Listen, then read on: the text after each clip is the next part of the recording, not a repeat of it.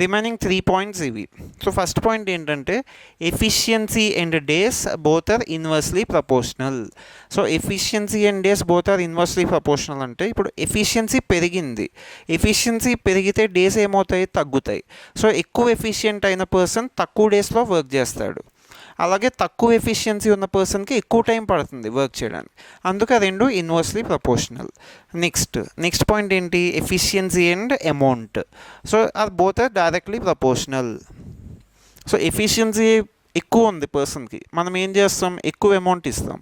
Efficiency తక్కువ ఉంది, compare చేస్తే తక్కువ ఇస్తాం కదా. సో అందుకు both are directly proportional. Last point ఏంటంటే we should consider the entire work is equal to 1. మనకు కొన్ని క్వశ్చన్స్లో వస్తాయి half work, 1/4 work, 3/4 work. So అవన్నీ ఇన్కంప్లీట్ వర్క్స్. మొత్తం వర్క్ కావాలి అంటే మనం అవన్నీ 1కి ఈక్వేట్ చేయాలి, ఇది టోటల్ వర్క్. సో ఈ 7 పాయింట్స్ చాలు. First 4 points are most important, next 3 points కూడా ఎడిషనల్ పాయింట్స్. మనం ఈ 7 పాయింట్స్ మైండ్లో పెట్టుకుంటే నేను చెప్తున్నా కదా, ఆల్మోస్ట్ 80% ఆఫ్ దిస్ టాపిక్ అయిపోయినట్టే. 80% ఆఫ్ దిస్ టాపిక్ ఈ 7 పాయింట్స్ని బేస్ చేసుకునే ఉంటాయి. సరే, నెక్స్ట్ షార్ట్స్లో మనం కొన్ని క్వశ్చన్స్ సాల్వ్ చేద్దాం, ఇంట్రెస్టింగ్ క్వశ్చన్స్.